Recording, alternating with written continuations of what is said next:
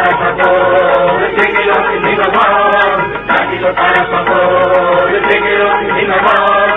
আমরা গরিব নতুন করিয়া ধুলায় তাজমহল, আমরা গরিব নতুন করিয়া ধুলায় তাজমহল। বাংলে বাংলাদেশ চলবে চলবে চল, বাংলে বাংলাদেশ চলবে চলবে চল, চল চল চল, চল চল চল। উল্টো বাবলে বাজে মাদাল, নিম্নে উতলা চলবে চল, তরুণ তাতে তরুণ দল চলবে চলবে চল, চল চল চল, চল চল চল, চল চল চল, চল চল চল, চল চল চল, চল চল চল।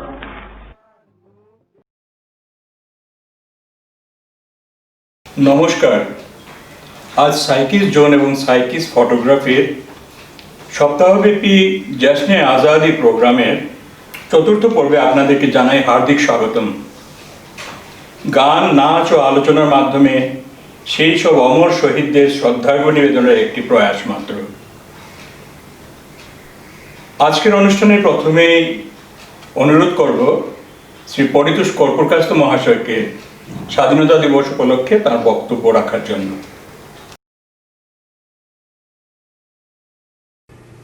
Namaskar. On this auspicious occasion of 74th Independence Day of India, I convey my best wishes to all of you and convey my heartiest congratulations also to all of you. India achieved a lot of progress over the period of past 73 years, especially in the recent years. Some important milestones achieved deserves mention. Today, India globally ranks third largest economy so far as purchasing power parity is concerned and fifth largest economy in terms of GDP with around $3 trillion economy size. It is the second largest producer of coal, steel, cement, food and agricultural producers and mobile phones. It is also the third largest producer of electricity and fourth largest producer of automobile industries.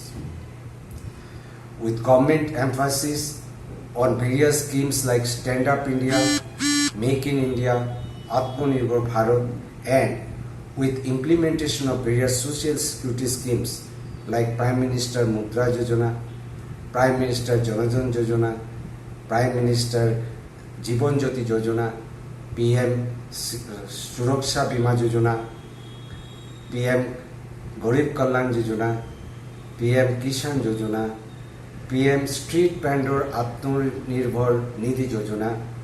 All these schemes are going a long way to develop the poor and underprivileged people and to ensure a balanced development and inclusive growth of the country. But still, there is a lot of things to achieve to restore our past glories and to revive our lost fortune. Because India was the center of excellence in education worldwide. In Gupta period, the Nalanda University was so famous that not only students from all over India but also students from the whole world used to come there for higher studies. For a continuous period of 1700 years starting from 1 AD, India was the topmost economy, contributing 35 to 40% of world GDP.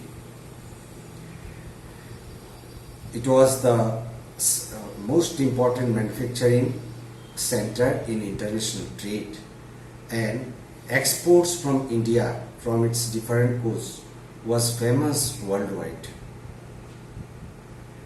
But foreign invaders and rulers, they came to India and drained out a lot of capital and revenues from the country to their own country, and in the process they ruined the local industry at the cost of promoting their own industry, own products.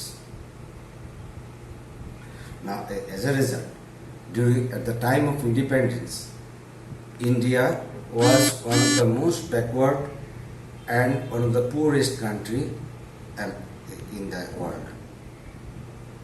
Even now, as per the latest census, 22% of the people of India lives below the poverty line, 30% of women are illiterate, and 18% of men are also illiterate. So much need to be done to bring these underprivileged and poor people above the poverty line and to make them developed. The government alone cannot do it. We all have to join our hands, and I believe that with our concerted efforts, India will be definitely able to achieve their past glories and restore their lost fortune. Thanks a lot. ধন্যবাদ শ্রী পরিতোষ করপ্রকাস্ত মহাশয়কে। এত সুন্দরভাবে তিনি দেশের ক্রমবর্ধমান প্রগতি এবং আমাদের ভবিষ্যৎ কর্মযোগ্যকে সুন্দরভাবে আমাদের সামনে তুলে ধরার জন্য। এবার আমরা ডেকে নেব তুরা থেকে শ্রী রূপম সরকারকে। সে কাজী নজরুল ইসলামের বিখ্যাত গান কারারই লৌহ কপাট পরিবেশন করবে।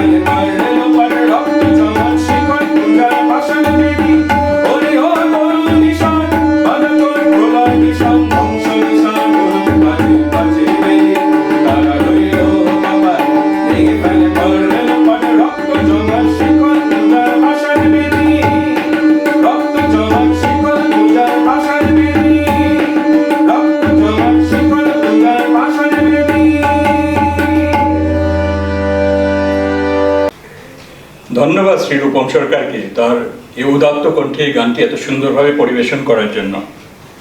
আমাদের দেশ প্রাকৃতিক সৌন্দর্যের আধার, তার শ্যামলিমা, তার শীতল পরশ, মায়ের আঁচলের স্নিগ্ধতা আমাদের দেহে মনে প্রশান্তির প্রলেপ বুলিয়ে দেয়। তাই চলুন কবিগুরুর অনবদ্য একটি গান, ও আমার দেশের মাটি, এটা শোনা যাক শিলংয়ের শ্রীমতী সেবিকা বিশারদের কণ্ঠে।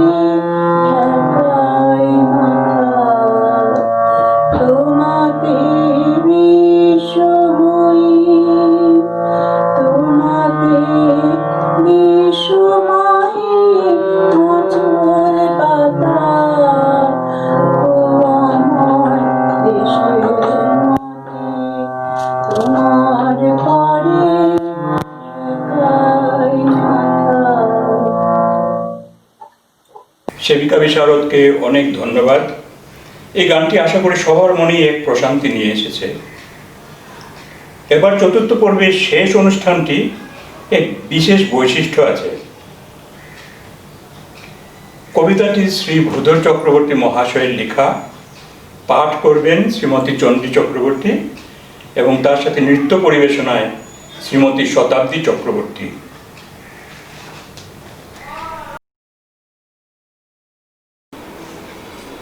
নমস্কার।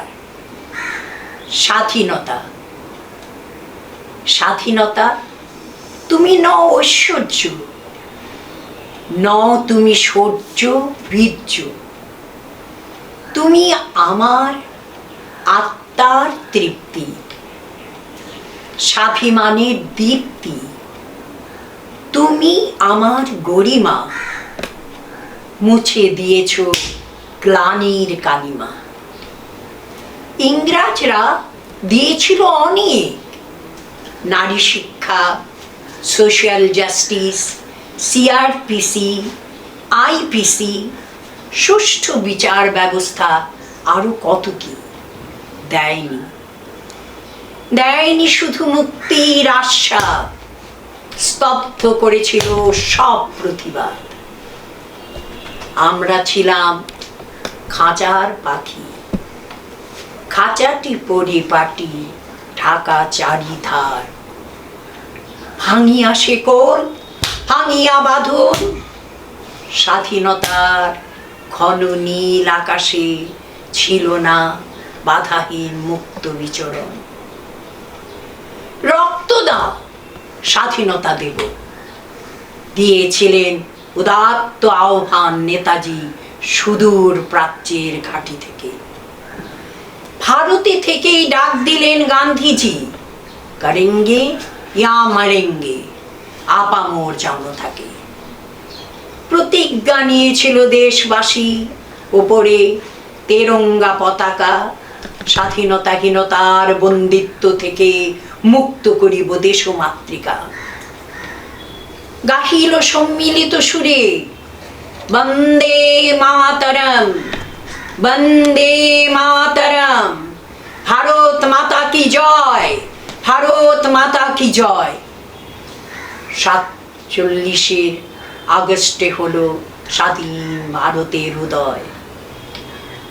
15 আগস্টে তাই যেখানে যে আছে ভারতীয়, বলছে সবাই এক তানে, স্বাধীনতা যুগ যুগ জিও, স্বাধীনতা যুগ যুগ জিও, স্বাধীনতা যুগ যুগ জিও। নমস্কার। এই অনবদ্য পরিবেশনার জন্য শতাব্দী চক্রবর্তী, শ্রীমতী চণ্ডী চক্রবর্তী এবং শ্রী ভূধর চক্রবর্তী মহাশয়কে আন্তরিক ধন্যবাদ। আজ জশ্নে আজাদির সপ্তাহব্যাপী অনুষ্ঠানের চতুর্থ পর্ব এখানে শেষ করছি। আপনারা ইউটিউব চ্যানেল সাইকিস জোনকে লাইক করে, কমেন্টস দিয়ে সাবস্ক্রাইব করে উৎসাহিত করুন, এই অনুরোধ করব। সবাই ভালো থাকুন, সুস্থ থাকুন। জয় হিন্দ, বন্দে মাতরম।